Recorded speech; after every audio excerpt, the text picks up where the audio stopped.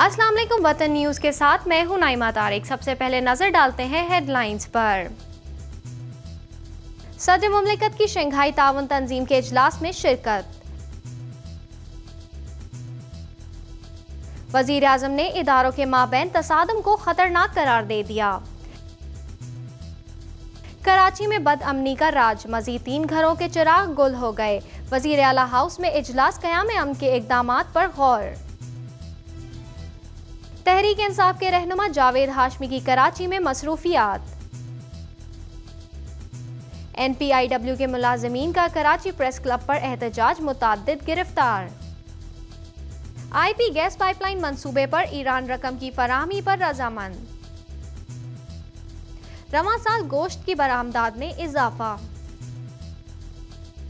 और state bank of Pakistan जुम्मे को मॉनेटरी पॉलिसी का ऐलान करेगा।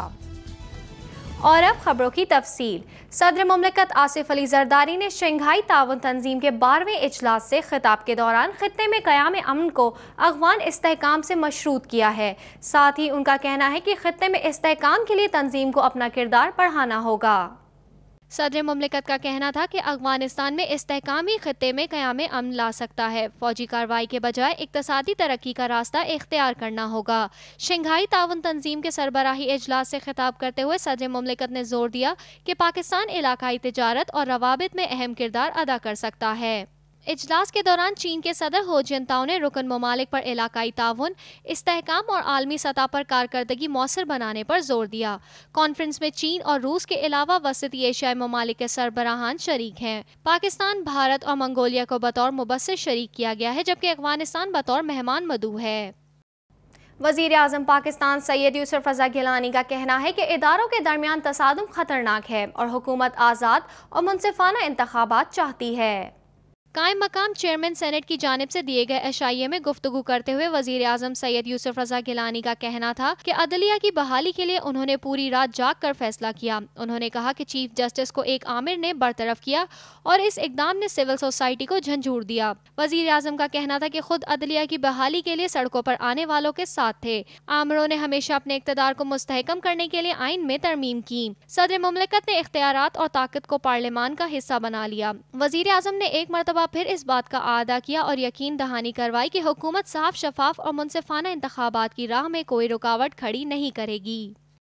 कराची के मुख्तलिफ इलाकों में फायरिंग से एक सियासी जमात के रुकन समेत 3 अफराद हलाक हो गए, जबकि वजीर आला सिंध ने क़याम अमन के हवाले से आला सतही इजलास तलब किया, जिसमें कानून के नफाज के लिए इक़दामात ज़ेरे बहस आए।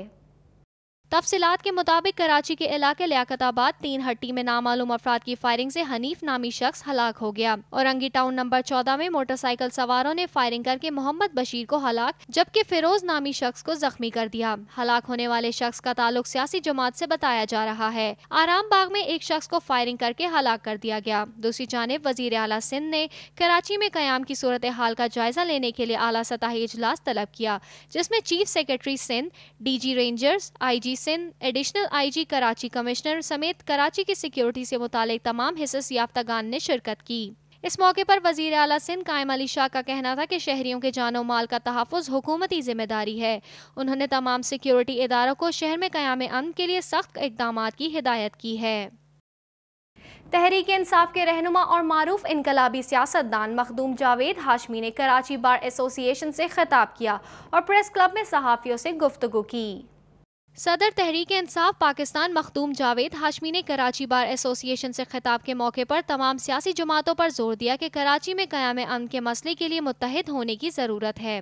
उनका कहना था कि कराची में अमन सिंध का नहीं बल्कि पूरे पाकिस्तान का मसला है। उन्होंने बताया कि उनकी जमात मुल्क भर में नए सूबों के क़याम की हामी है, लेकिन सूबों की तकसीम इंतज़ामी बुनियादों पर होनी चाहिए। मसला बलोचिस्तान को ज़ेरे बहस लाते हुए उन्होंने कहा कि बलोचिस्तान की मारूफ सियासी जमातों ने गुज़िश्ता इंतखाबात का बाइकॉट किया था और अब अमरीकी मुदाखलत ने सूबे में सूरत हाल में मजीद बिगाड़ पैदा किया है।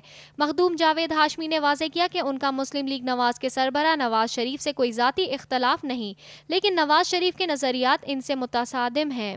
उनका कहना था कि नवाज शरीफ फ्रेंडली अपोजिशन का किरदार अदा कर रहे हैं। उन्होंने सदर जरदारी पर अपनी मर्जी के कवानीन लागू करने का इल्ज़ाम भी आयद किया है। NPIW سندھ کے ملازمین نے حقوق اور مطالبات کے حصول کے لیے کراچی پریس کلب کے باہر مظاہرہ کیا۔ مظاہرین نے وزیر اعلیٰ ہاؤس کی جانب پیش قدمی کی، جس کے بعد پولیس نے انہیں روکنے کے لیے متعدد افراد کو گرفتار کر لیا۔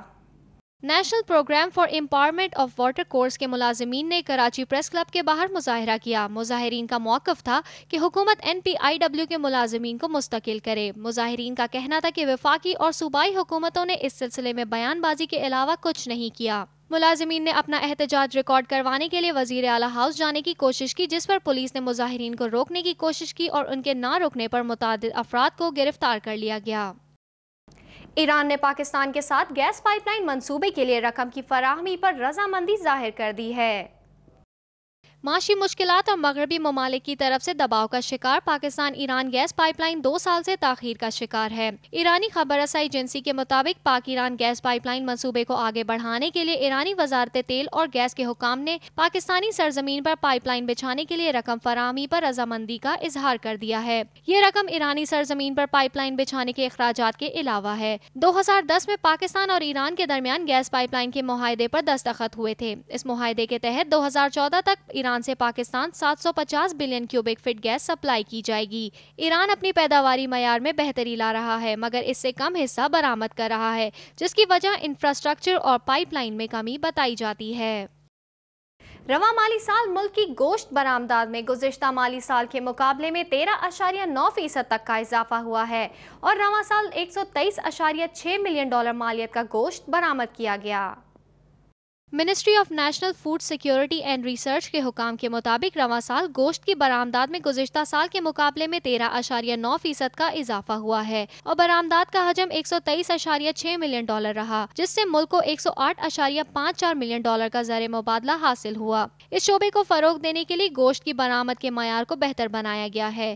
حکام کے مطابق گزشتہ سال 9,500 غیر ملکی جانوروں کی مختلف ملکوں سے درآمدات کی گئی تھی۔ ساتھ ہی گزشتہ سال نجی کمپنیوں نے بہت سے نئے سلاٹر ہاؤسز، دودھ پروسیسنگ اور گوشت کے پروسیسنگ یونٹس قائم کیے۔